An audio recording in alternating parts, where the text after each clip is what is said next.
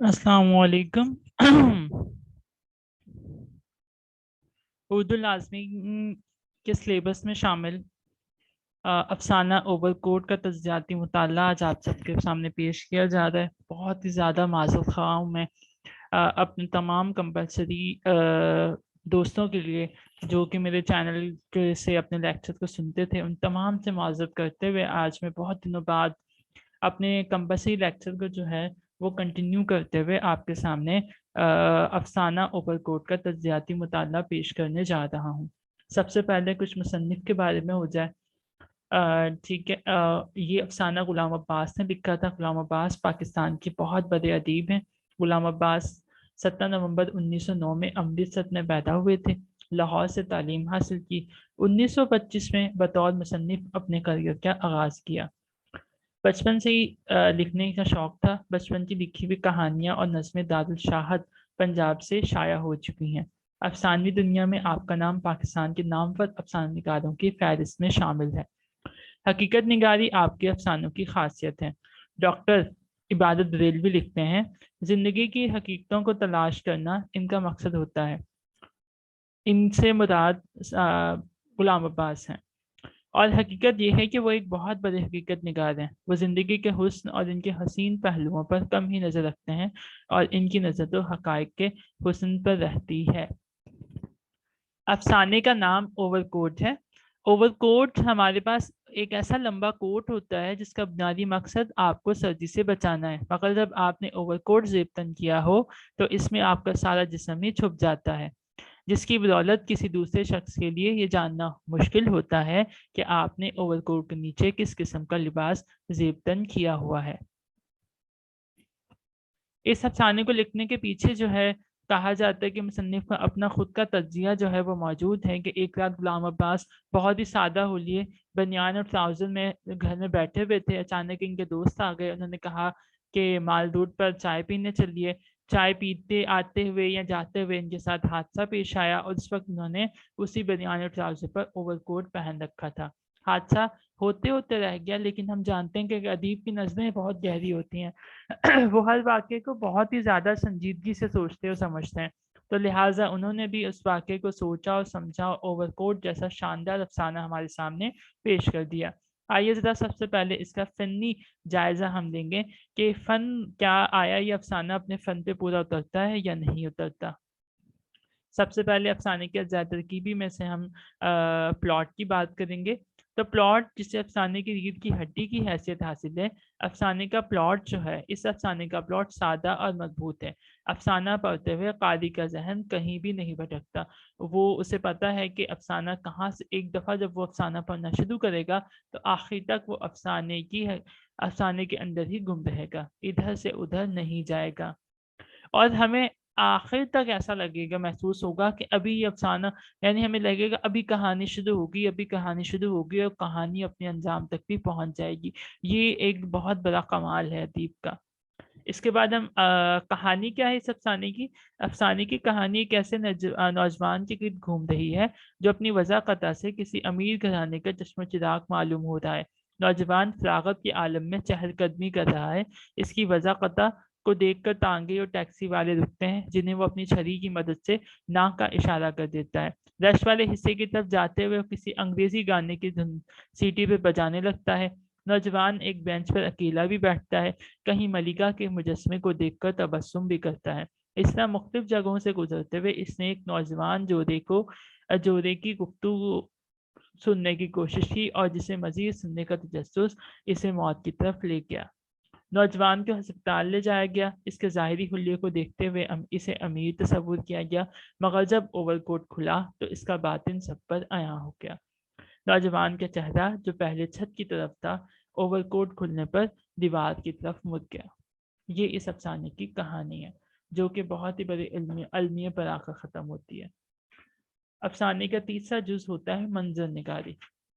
تو اس افسانے میں کون سے مناظر پیش کیے جائیں؟ لاہور کا شہر۔ غلام عباس منظر نگاری کے فن کو برتنا خوب جانتے ہیں۔ منظر کو کچھ اس انداز سے پیش کرتے ہیں کہ قاری اس پورے منظر میں کہیں کھوسا جاتا ہے۔ اس افسانے میں پرانے لاہور کی مختلف سڑکوں کا منظر پیش کیا گیا ہے۔ نوجوان مال روڈ کراس کر کے چیری روڈ گیا، وہاں سے مختلف جگہوں کا گشت کرتے ہوئے کچہری والی سڑک پر پہنچا اور وہاں سے اسے ہسپتال لے جایا گیا۔ اس خوبصورت منظر نگاری کی وجہ سے قاری افسانے کو چھوڑ کر کہیں بھی نہیں جاتا۔ چوتھا جزیات نگاری۔ غلام عباس کے افسانوں کی یہ نمایاں خاصیت ہے، ان کے افسانوں میں کردار کا کوئی نام ہو یا نہ ہو، کوئی ایک مخصوص کردار ہو یا نہ ہو، پورا معاشرہ کردار بن کر افسانے میں ابھرتا ہے۔ ان کے اس افسانے اوور کوٹ میں بھی مرکزی کردار کا کوئی نام موجود نہیں ہے، مگر انہوں نے کہانی کو اس کے تمام جز سمیت کچھ اس طرح قاری کے سامنے پیش کیا ہے کہ ہمیں اس چیز کا احساس ہی نہیں ہوتا۔ آپ دیکھیں گے کہ انہوں نے کتنی باریکی سے ہر منظر کو بیان کر دیا ہے۔ ہیرو کے سراپے کو ذرا دیکھ لیں آپ۔ لکھتے ہیں، لمبی لمبی کلمیں، چمکتے ہوئے بال، باریک باریک مونچھیں، گویا سرمے کی سلائی سے بنائی گئی ہوں، بادامی رنگ کا اوور کوٹ پہنے ہوئے جس کے کاج میں شربتی رنگ کے گلاب کا ادخلا پھول اٹکا ہوا، سر پر سبز فلیٹ ہیٹ ایک خاص انداز سے ٹیڑھی رکھی ہوئی، سفید سلک کا گلوبند گلے کے گرد لپٹا ہوا، ایک ہاتھ کوٹ کی جیب میں، دوسرے میں بھیٹ کی چھری پکڑے ہوئے جسے کبھی وہ مزے میں آگے گھمانے لگتا تھا۔ اس کو پڑھ کر ہمارے سامنے نوجوان کا پورا سراپا آ جاتا ہے، ہماری آنکھوں کے سامنے گھوم جاتا ہے۔ اتنی خوبصورتی سے نوجوان کو تراشا گیا ہے کہ سراپا باصورت وہ ہمیں نظر آنے لگتا ہے۔ پھر آگے مالدوٹ کو بھی کچھ اس طرح سے بیان کیا ہے۔ لکھتے ہیں، مالدوٹ پر موٹروں اور ٹانگوں اور بائی سائیکلوں کا تانتا بندھا ہوا تو تھا ہی، پٹری پر چلنے والوں کی بھی کثرت تھی۔ نوجوان سیمنٹ بینچ پر بیٹھا اپنے سامنے سے گزرتے ہوئے زن و مرد کو غور سے دیکھ رہا تھا۔ بڑے بڑے تاجر، سرکاری افسر، لیڈر، فنکار، کالجوں کے طلباء اور طالبات، نرسیں، اخباروں کے نمائندے، دفتروں کے بابو، زیادہ تر لوگ اوور کوٹ پہنے ہوئے تھے، ہر قسم کے اوور کوٹ، کراکلی کے بیش قیمت اوور کوٹ سے لے کر خاکی پٹی کے پرانی فوجی اوور کوٹ تک جسے نیلام میں خریدا گیا تھا۔ افسانے کا اختتام بھی دیکھیں، کس طرح نوجوان کی جیب سے برآمد ہونے والی چیزوں کے نام گنوائے گئے ہیں۔ کیا لکھتے ہیں، ایک چھوٹی سی سیاہ کنگھی، ایک رومال، سارے 6 آنے، ایک بجھا و آدھا سگریٹ، ایک چھوٹی سی ڈائری جس میں لوگوں کے نام اور پتے لکھے تھے، نئے گراموفون ریکارڈوں کی ایک ماہانہ فہرست اور کچھ اشتہار۔ مٹر گشت کے دوران اشتہار بانٹنے والوں نے اس کے ہاتھ میں تھما دیے تھے اور اس نے انہیں اوور کوٹ کی جیب میں ڈال لیا تھا۔ تو جزیات نگاری پورے افسانے ہمیں ہر جگہ دیکھنے کو ملتی ہے، ہر منظر کو تمام جز سمیت پیش کیا گیا ہے۔ یہی غلام عباس کے افسانوں کی نمایاں خاصیت ہے، اور اس افسانے میں بھی انہوں نے ان کی یہ خاصیت ہمیں دکھائی دیتی ہے۔ چوتھا، وحدت تعصب۔ افسانے میں جو سبق دیا جائے اس کی جھلک افسانے میں پوری طرح ظاہر نہ ہو اور نہ ہی افسانہ زندگی کے ایک ہی پہلو کو ظاہر کرے، تبھی کہانہ افسانے کہلانے کے قابل ہوگی۔ اور افسانہ زندگی کے ایک ہی پہلو کو ظاہر کیا۔ غلام عباس نے اس خصوصیت کا بھی خاص خیال رکھا ہے۔ افسانے میں کہانی میں کہیں بھی اس کا پس منظر ظاہر نہیں ہوتا، افسانہ ظاہر و باطن کے تضاد کو ظاہر کر رہا ہے۔ مصنف ہمیں یہ بتانا چاہتا ہے کہ ہمیشہ پہلا تاثر دائمی نہیں ہوتا، ہر روح کے بظاہر و باطن کے اندر تضاد لازمی موجود ہوتا ہے، اور یہ تضاد اسے آخر میں ہمیشہ نقصان ہی پہنچاتا ہے، جس کا ازالہ پھر ممکن نہیں ہوتا۔ اسلوب بیان کی اگر ہم بات کریں تو مبشر مہدی اپنے مضمون اوور کوٹ ایک اسلوبیاتی مطالعے میں اس ناول کے اسلوب کو 6 مناظر میں پیش کرتے ہیں۔ ان کے نزدیک پہلا منظر عنوان کو جسٹیفائی کرنے کے لیے ہے، دوسرے منظر میں اپیرنس اور ریئلٹی میں جو فرق ہے وہ یہاں بھرپور انداز میں ظاہر ہوتا ہے، تیسرا منظر نئی نسل کی باغیانہ سوچ کی نمائندگی کرتا ہے، چوتھے منظر میں یہ دکھایا گیا ہے ایک طرف اس کی وجہ قطع اسے اعلیٰ طبقے میں شامل کرتی ہے لیکن وہ ہنگامے کا حصہ نہیں بنا، پانچویں منظر سے ایسا لگتا ہے کہ نوجوان تعلیم یافتہ ہے یا پھر وہ ابھرتی ہوئی ترقی پسند سوچ کا نمائندہ ہے۔ اس کا اوور کوٹ ظاہری طور پر ترقی پسند آئیڈیلزم کا لباس ہے۔ چھٹا اور آخری منظر پر افسانہ اختتام کو پہنچتا ہے جس میں معاشرے کو حقیقت کھل جانے پر ششتر دکھایا گیا ہے۔ ہم یہ کہہ سکتے ہیں کہ اس افسانے میں غلام عباس نے تمام اجزاء سے بخوبی کام لیا ہے۔ یہ تو تھا اس افسانے کا فنی تجزیہ۔ اب ذرا ہم اس کی فکر کو بھی دیکھ لیں کہ فکری تجزیہ۔ میرے نزدیک افسانے کا آغاز ہی قاری کو اپنے حساب میں لے لیتا ہے، اسے ایسا محسوس ہوتا ہے کہ آخر میں خاص قسم کا انکشاف ہوگا۔ کہانی میں موجود نوجوان آج کے نوجوان کو ظاہر کرتا ہے، جس طرح وہ اپنے آپ کو بالکل فراغت کے موڈ میں گھر سے نکلا ہوا ہے، کچھ اس طرح کی حالت ہمارے ہاں کہ آج کل کے نوجوان کی بھی ہے۔ نوجوان اپنی وضاقتہ سے کسی امیر گھرانے کے چشم چراغ معلوم ہوتا ہے۔ نوجوان کے ہاتھ میں جو بید کی چھڑی ہے وہ علامت ہے ظاہری وضاقتہ کی۔ افسانے میں زرزہ جو علاقہ دکھایا گیا ہے وہ علاقہ بھی بے حسی کی ایک علامت ہے۔ افسانے میں امیروں کا جو علاقہ دکھایا گیا ہے وہ علاقہ بھی بے حسی کی ایک علامت ہے۔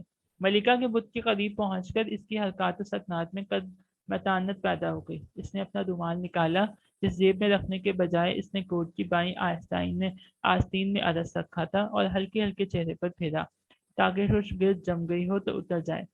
کہانی آج کے نوجوان کو ظاہر کر دی ہے جس کے ظاہر و باطن میں خلد ذات پایا جاتا ہے۔ وہ چہرے لیے پورے معاشرے میں گھوم پھر رہا ہے۔ اسے مغرب کی وضاقتہ اپنانے کا جنون ہے اور وہ اپناتا بھی ہے۔ خود کو ظاہری طور پر بالکل انہی کی طرح بنا کر گھر سے باہر نکلتا ہے۔ جو تعلیم یافتہ بھی ہے مگر وہ آج کا نوجوان باغیانہ سوچ کا حامل ہے جس کے نزدیک مشرقی روایات فرسودہ حال ہیں، جسے مغرب تمام برائیوں کے ساتھ بھی بہترین نظر آتا ہے۔ مگر وہ چاہے جتنا بھی ظاہری طور پر مغربی لوگوں کی طرح بن جائے مگر ایک آواز، ایک سوچ جو کہیں اندر سے پیدا ہوتی ہے وہ ہمیشہ اس کے دماغ پر چوٹ کرتی رہتی ہے، جس کی وجہ سے وہ اس ماحول میں ہوتے ہوئے بھی وہاں موجود نہیں ہوتا۔ ہمیں ہر چمکتی وشے تجسس کو مطلع کر دیتی ہے جسے حاصل کرنے کی تگدو میں ہم اپنا سب کچھ ہی کھو دیتے ہیں۔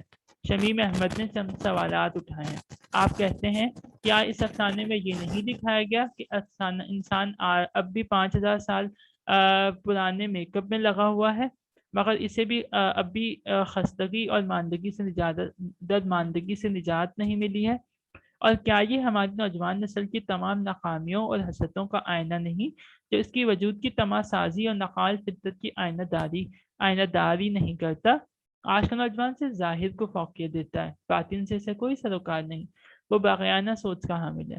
وہ ایک ایسی نسل کی نمائندگی کرنا چاہتا ہے جو صرف ظاہری طور پر شاندار ہوگی مگر جس کی جڑیں بالکل کھوکھلی ہو چکی ہوں گی۔ افسانے کا اختتام ایک غیر مرئی منظر پر ہوتا ہے۔ یہی غیر مرئی کیفیت پورے افسانے پر چھائی ہوئی ہے۔ بیگانگی اور دھوکہ دہی کا منفرد اظہار اس افسانے میں ملتا ہے۔ کہانی میں موجود کردار غلام عباس کے زمانے کا نوجوان ہے۔ اس حوالے سے ہم یوں کہہ سکتے ہیں کہ ہم نے اب تک معاشرے میں کسی قسم کی کوئی تبدیلی پیدا نہیں کی۔ ہم آج تک بالکل ویسے ہی ہیں۔ ہم جانتے ہیں کہ ظاہر و باطن کا تضاد ہمارے لیے کس طرح نقصان دہ ہے۔ یہ مغرب کی تہذیب ہمارے معاشرے کو کس طرح دیمک کتنا چاٹ رہی ہے، اس کے باوجود ہم اسے ترجیح دے رہے ہیں۔ اور پھر جب ہمارا یہ فریبی باطن سب پر آیا ہوتا ہے اس وقت ہمیں شرم کے مارے اپنی آنکھیں بند کرنا پڑتی ہیں۔ یہ سوچ مجھے پڑھ کر افسانے کو پڑھ کر آئی تھی۔ آپ کی سوچ مختلف بھی ہو سکتی ہے۔ بہت شکریہ۔ اس ویڈیو کو لائک اور شیئر ضرور کریں۔ انشاءاللہ پھر ملاقات ہوگی اگلے لیکچر میں۔ انشاءاللہ ہم بحث و تکرار کا تجزیہ جو ہے آپ کے سامنے پیش کریں گے۔